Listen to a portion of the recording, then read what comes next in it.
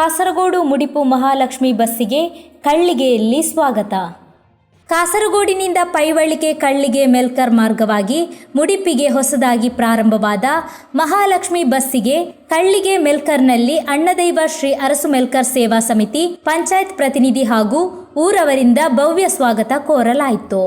ಬಸ್ಸಿನ ಮಾಲಕರು ಹಾಗೂ ಸಿಬ್ಬಂದಿಗಳಿಗೆ ಕೃತಜ್ಞತಾಪೂರ್ವಕ ಶಾಲು ಹೊದಿಸಿ ಸನ್ಮಾನಿಸಲಾಯಿತು.